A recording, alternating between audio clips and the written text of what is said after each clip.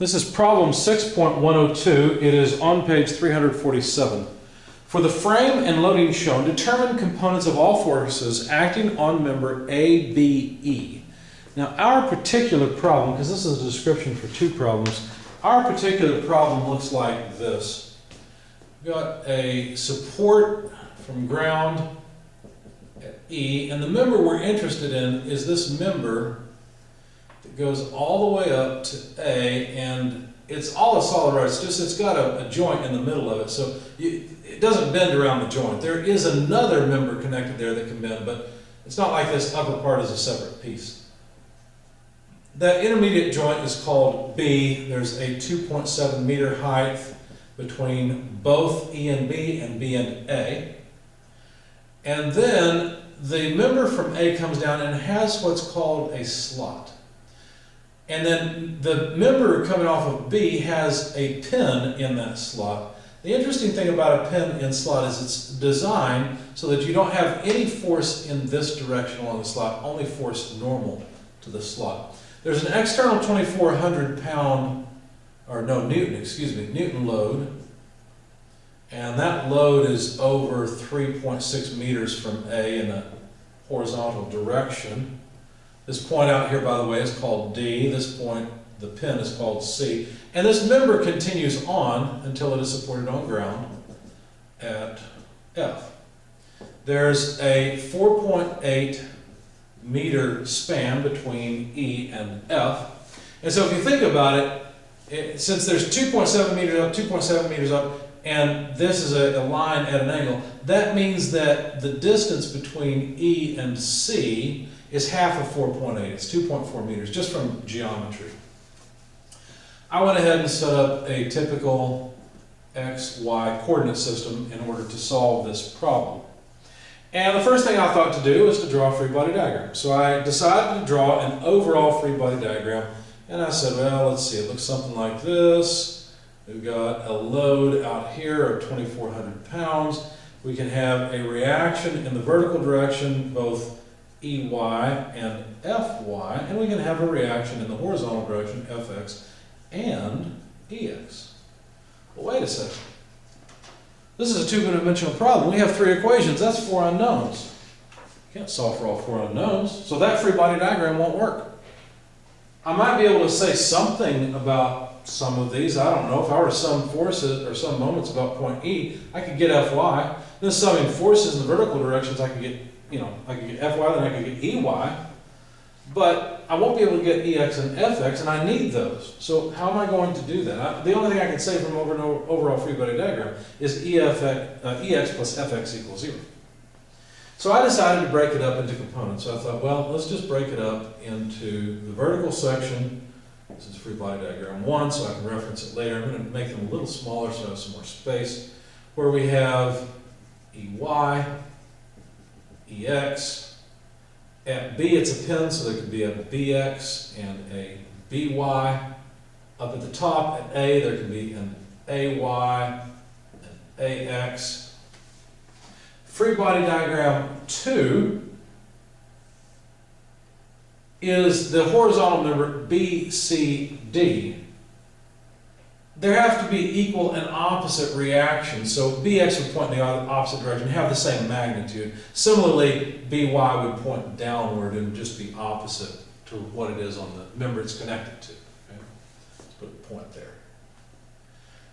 The interesting thing, like I said about a pin and slot, is that the force applied to the pin has to be perpendicular to the slot. We assume that the slot is frictionless. Therefore, there's only a normal force. And so we know something about the directionality of the force at pin C, or at point C. Now we also know that there's a 2,400 Newton load out at the end of this member. And then I went ahead and drew the last free body diagram 3, which has A at the top, F at the bottom, and slot along the middle so that we can draw C. It's in the opposite direction, equal and opposite to C. But we can have, of course, an AX and AY. Now, notice that A is connected over here, so I have to draw them in opposite directions. So let me Let me just draw it like this, AY and AX. And then for F, I'll just draw FX, FY, like that. Okay? So then I looked at it and I thought, well, let's capture the knowledge we have about C. In other words, I'm going to sum moments probably. I'm going to have to sum forces in horizontal and vertical directions. So let's break up C into two components, or capture what we know.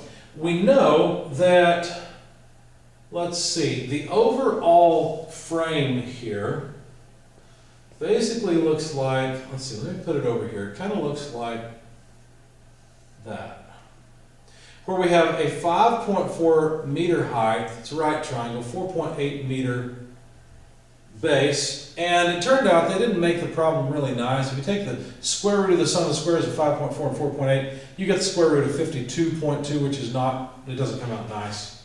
So I just left that, and I thought, well, now C is a line perpendicular to this hypotenuse. So I can make another right triangle, and notice that whatever angle is here would be the angle here. So let me extract this little bitty triangle because it's a little small to see. And basically this side is going to be CY, this side will be C, this side will be CY, this will be CX.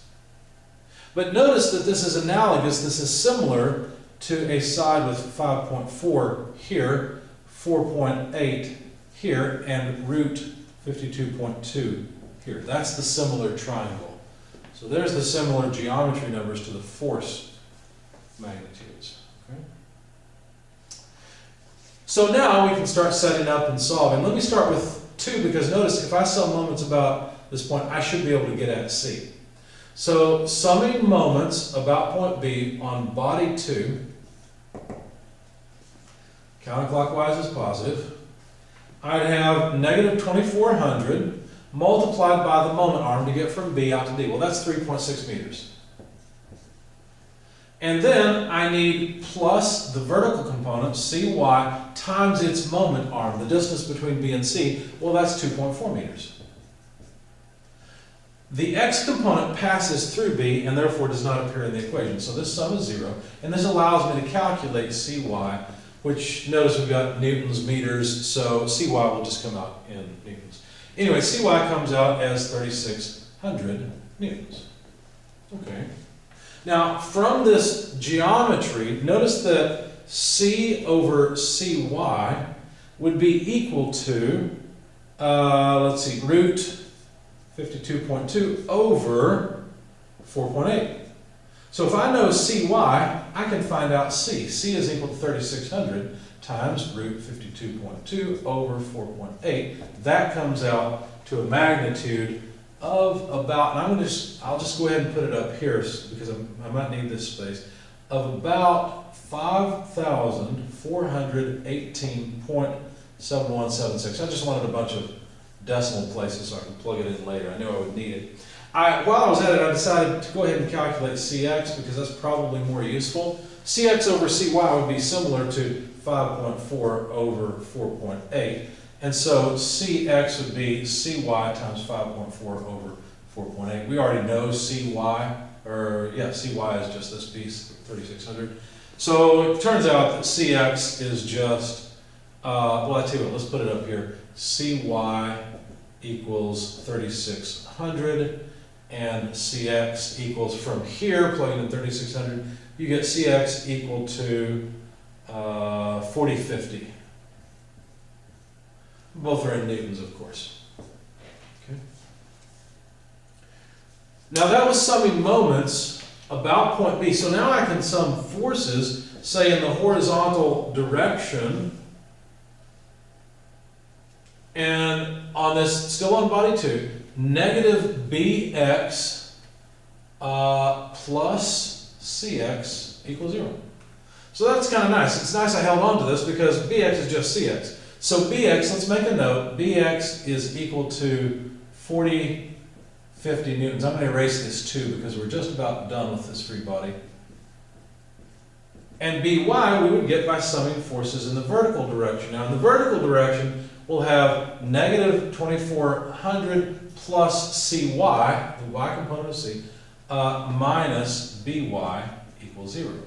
And so we can calculate BY and say that it must be CY minus 2400. I know that CY is 3600, so that tells me I've got the wrong, no, I've got the right direction. 3600 minus 2400. Yeah, so that's 1200 newtons.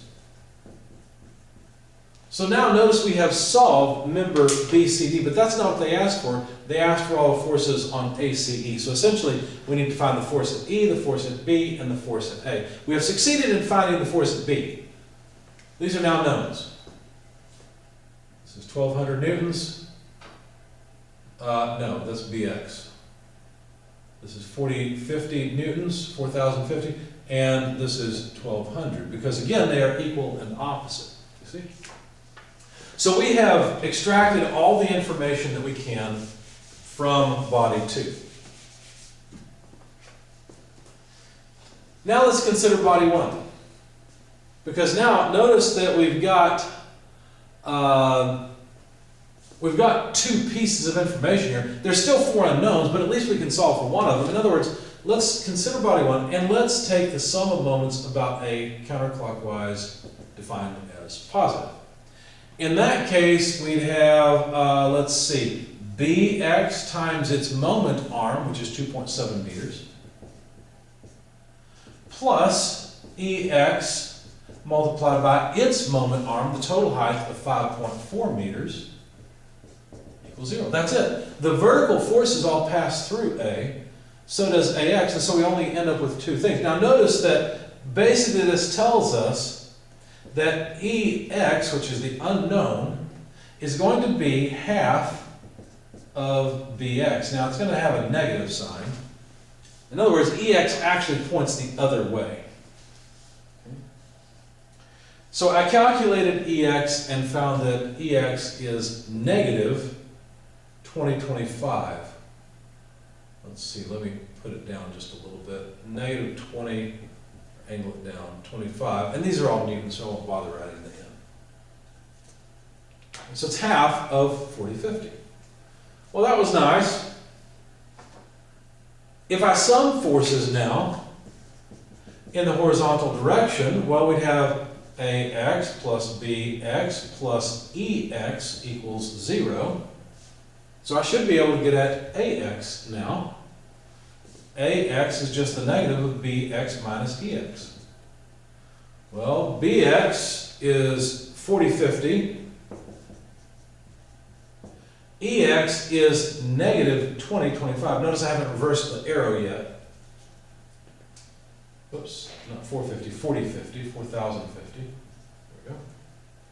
And so Ax comes out to negative 2025 as well.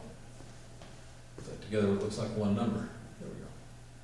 So Ax is negative 2025 newtons as well. Now I can't do anything else with free body diagram 1. I could go over to free body diagram 3, but at this point I thought, I think I've got enough information. I can go back to this free body diagram, the overall free body diagram. Because the sum of free body diagrams 1, 2, and 3 equals the overall. Notice what I've had to do. I had to solve free body diagram 2, work on free body diagram 1, and now if I go to the overall, I can do that instead of using 3. It's like a 3 dependent equations. It's like this overall is putting all 3 of those together. So it's not an independent thing. So rather than mess with 3, which looked like no fun, I just went to the overall. That's this.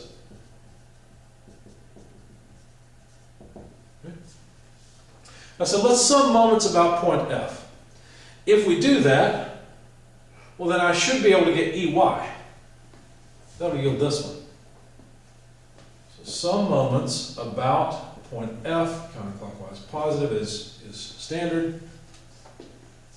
We've got a 2,400 pound load times a moment arm. Well, it's from F over to D, so that's 4.8 less 3.6.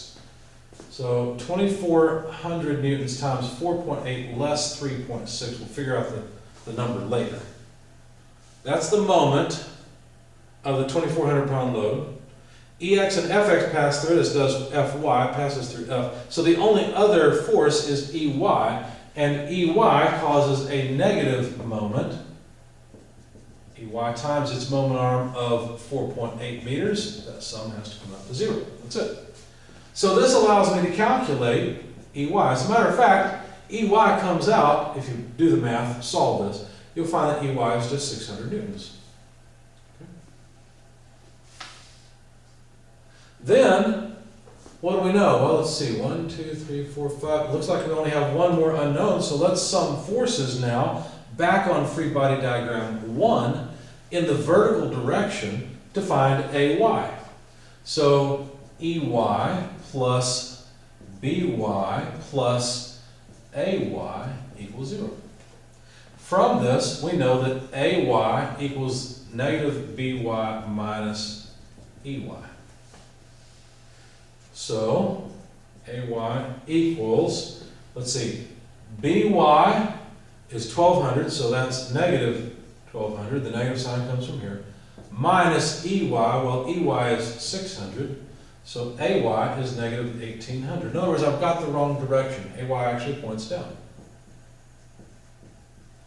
And that's it. We know the forces on all these points. I went ahead and decided to write this down as a vector of force at each point. So the force at A, this point right here, is just negative 2025I minus 1800J newtons. The force at B, notice all I'm doing, I'm plugging in AX and AY. I'm going to plug in BX, BY, because they go with the I and J directions. So BX is 4050I plus BY 1200J newtons. Finally, at E, the force vector at E is equal to negative 2050I plus 600J newtons.